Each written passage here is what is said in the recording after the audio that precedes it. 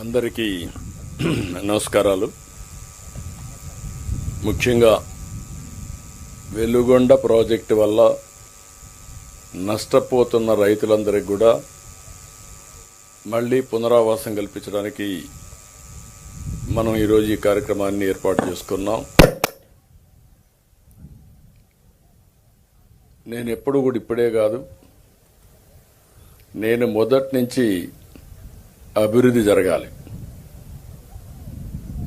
అభివృద్ధి జరిగేటప్పుడు దానికి కొంతమంది ముందుకొచ్చి భూములు ఒక విధంగా చెప్పాలంటే త్యాగం చేస్తున్నారు. తరతరాలుగా మీరు ఇక్కడున్నారు. మీ పెద్దవాళ్ళు, మీ పూర్వీకులు ఇక్కడనే పుట్టారు, ఇక్కడనే పెరిగారు. తర్వాత మీరు వచ్చారు. అందరూ కూడా ఈ భూతల్లిని ఆధారంగా చేసుకుని మీ కార్యక్రమాలు చేస్తున్నారు. అయితే ఇక్కడ మనందరం ఒక విషయం గుర్తుపెట్టుకోవాలి. ఈరోజు ఒక చరిత్ర మీరందరూ గుర్తుపెట్టుకోవాల్సింది, వెలుగొండ ప్రాజెక్టు ద్వారా మీ భవిష్యత్తే కాకుండా 3 జిల్లాలు, ఒకప్పుడు 3 ఇప్పుడు 4 జిల్లాలు, ప్రకాశం జిల్లాతో కలుపుకుంటే 4 జిల్లాల యొక్క తలరాతను మార్చే ప్రాజెక్టు ఈ వెలుగొండ ప్రాజెక్టు. అయితే ఒక్కసారి మనం ఆలోచించుకుంటే గతాన్ని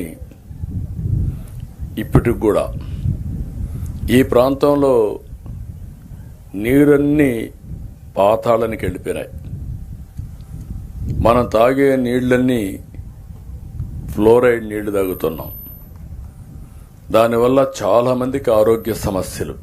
దేవుడు సక్రమంగా పుట్టించిన మనకు మాత్రం అనేక సమస్యలు వచ్చాయి, వస్తున్నాయి కూడా. ఇంకొక పక్క కరువు.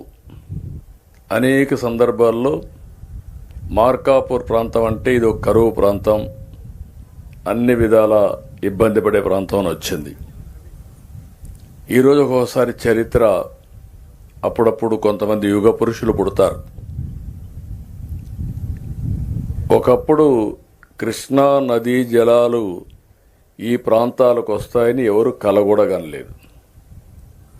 అలాంటి సమయంలో నందమూరి తారక రామారావు గారు ముఖ్యమంత్రి అయిన తర్వాత మొట్టమొదటిసారిగా ఆలోచించి రాయలసీమకు కృష్ణా జలాలు ఎట్లివ్వాలి, ఈ మార్కాపూర్ ప్రాంతానికి కూడా నీళ్లు ఎట్లివ్వాలని ఆలోచించినటువంటి మొదటి వ్యక్తి నందమూరి తారక రామారావు గారు 1985లో. దానికి శివరామకృష్ణయ్య గారిని ఒక ఇంజనీర్ని ఆ రోజు అపాయింట్ చేశారు. ఆయన రాష్ట్రం అంతా తిరిగి, అన్ని ప్రాంతాలు తిరిగి ఎక్కడెక్కడ నీళ్లు రావాలనో, ఏ విధంగా వస్తుందో, అప్పుడే వెలుగొండ ప్రాజెక్టు ఒకటి వస్తే బాగుంటుందని ఒక ఆలోచన చేసి ఒక రూపకల్పన చేశారు. నేను 95లో ముఖ్యమంత్రి అయ్యాను. నేను ఈ ప్రాంతానికి వస్తే మీరందరూ ఒకటే మాట అడిగేవాళ్ళు, మాకు వెలుగొండ కావాలి, వెలుగొండ కావాలని. నేను ఆ రోజు మిమ్మల్ని అడిగాను, వెలుగొండ ఎట్లొస్తుంది, నీళ్లు ఎక్కడున్నాయి, మనకు లేవు కదా, లేనప్పుడు ఎట్లొస్తుందంటే మీరు ఒక మాట చెప్పారు, 5 సంవత్సరాల్లో ఎప్పుడైనా వరద వస్తే ఆ ఒక్క సంవత్సరం నీళ్లు మాకు మళ్ళీ ఇచ్చండి, 4 ఏళ్లు మేము బతకతాం, లేకపోతే ఈ ప్రాంతంలో బతకలేమని మీరు అడిగితే, ఆ మాట చెప్పంగానే నా మనసు కలిచివేసింది. అందుకే ఆ రోజే నిర్ణయం చేశా. 96లో ఆ రోజు మార్చి 26వ తారీఖు అనుకుంటా నేను ఫౌండేషన్ వేసా. అక్కడి నుంచి కొన్ని పనులు కూడా చేశానని చెప్తాను. అదే సమయంలో ఈరోజు మీరు ఆలోచిస్తే ప్రాజెక్టుకి 10,580 కోట్లు ఖర్చు అవుతుంది ఇప్పుడు లెక్కల ప్రకారం.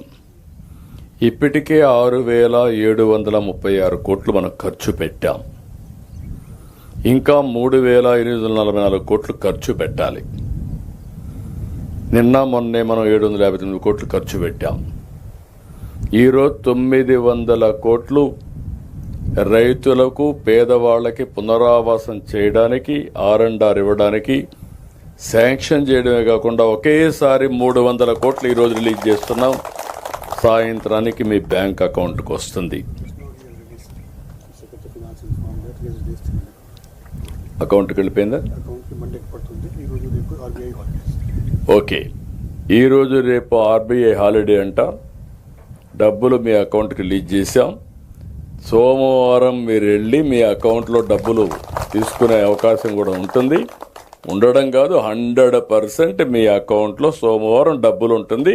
దాన్ని బట్టి మీరు ప్లాన్ చేసుకోవచ్చు. ఈరోజు మనం చూస్తే చాలా ఆర్థిక ఇబ్బందులు ఉన్నాయి. రాష్ట్రం విధ్వంసం అయింది.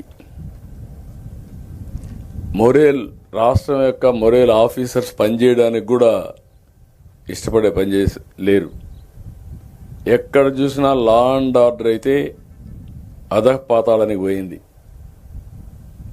నాకే ఆశ్చర్యం వేస్తుంది. నేను చాలా సవాళ్లు చూశాను. ఒకప్పుడు తీవ్రవాదులు నా కోసం నేను చేయలే, ఈ రాష్ట్రం కోసం ఆలోచించా. ఆ రోజు హైదరాబాద్ చుట్టుపక్కల వచ్చేస్తే అభివృద్ధి ఆగిపోతుందని నేను ఆ రోజు నక్సలిజం అనేది కరెక్ట్ కాదని గట్టిగా చెప్పి పోరాడాను. కడాన నా ప్రాణం మీదకి వస్తే కూడా లెక్క పెట్టుకోవాలా. మీరు ఆ విషయం గుర్తుపెట్టుకోవాలి. సాక్షాత్తు వెంకటేశ్వర స్వామి 23 క్లేమోర్ మైన్స్ నా మీద బ్లాస్ట్ చేస్తే నన్ను కాపాడి ప్రాణ భిక్ష పెట్టింది వెంకటేశ్వర స్వామి పెట్టాడు. ఆ విధంగా బయటపడ్డాను. ఈరోజు ఆ సమస్య పరిష్కారం అయింది.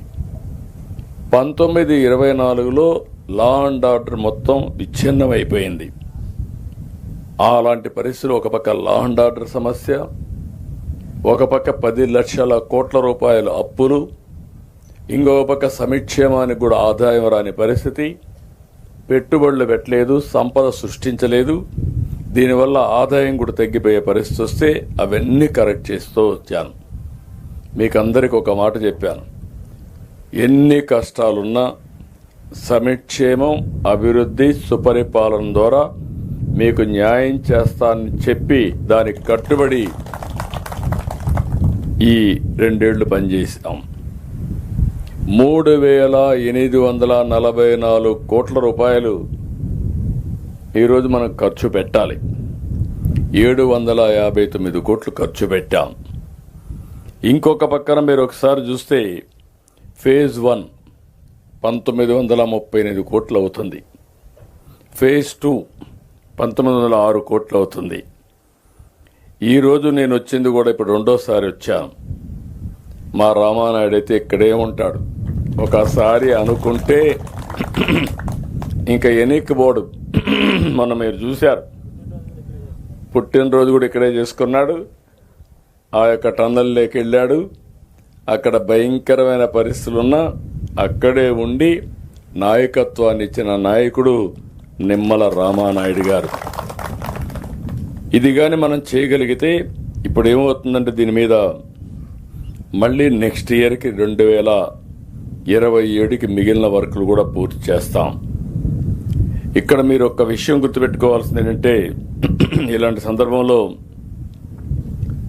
నేను మిమ్మల్ని అందరినీ ఒకటే కోరుతున్నా.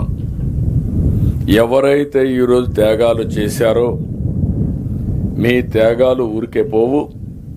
దానివల్ల ఈ ప్రాంతం అభివృద్ధి అవుతుంది. మీ జీవితాలు కూడా అందరితో సమానంగా, అందరికంటే మెరుగ్గా ఉంటాయని మీ అందరికి హామీ ఇస్తున్నా. అందుకని ఈరోజు మాత్రం 2,351 మంది నిర్వాసితుల కుటుంబాలకు 300 కోట్ల రూపాయలు జమ చేస్తున్నాం. కలనూతల, సుంకేసుల, చింతల ముడిపి, గుడుంచెర్ల, కాటంరాజు తాండా, సాయిరాం నగర్, మెట్టిగొంది, బసవాయపల్లి, లక్ష్మీపురం, అక్క చెరువు, గొట్టెపాడు మొత్తం 1100 గ్రామాల నిర్వాసితులకి మీ అకౌంట్లో డబ్బులు వేస్తున్నామని మీ అందరికీ హామీ ఇస్తున్నా. అదే మరిగా మీ అందరికి చూస్తే ఇక్కడి నుంచి వెళ్లే వాళ్ళందరికీ ఇడుపూరు 1, ఇడుపూరు 2, గోగుల దిన్నె, తొక్కపల్లి, దేవరాజుగట్టు, ఒండుట్ల, వేములకోట్ల పునరావాసం కల్పిస్తున్నాం. ఇప్పుడే కలెక్టర్ గారు చెప్తున్నారు, కలెక్టరేట్ పక్కన మీకు ఇచ్చిన జాగాలో ఈరోజు కలెక్టరేట్ వస్తూ ఉంది.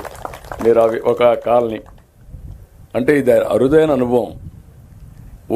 మీరెవరు కూడా ఊహించుండరు. ఓసారి కలెక్టరేట్ వస్తుందని, జిల్లా కేంద్రం అవుతుందని మీరు ఊహించలేదు. మీకు అన్యాయం జరిగింది. జరిగిన అన్యాయాన్ని న్యాయం చేస్తానని చెప్పి ప్రత్యేకంగా మార్కాపురికి ఒక ప్రత్యేక జిల్లా ఇచ్చాం.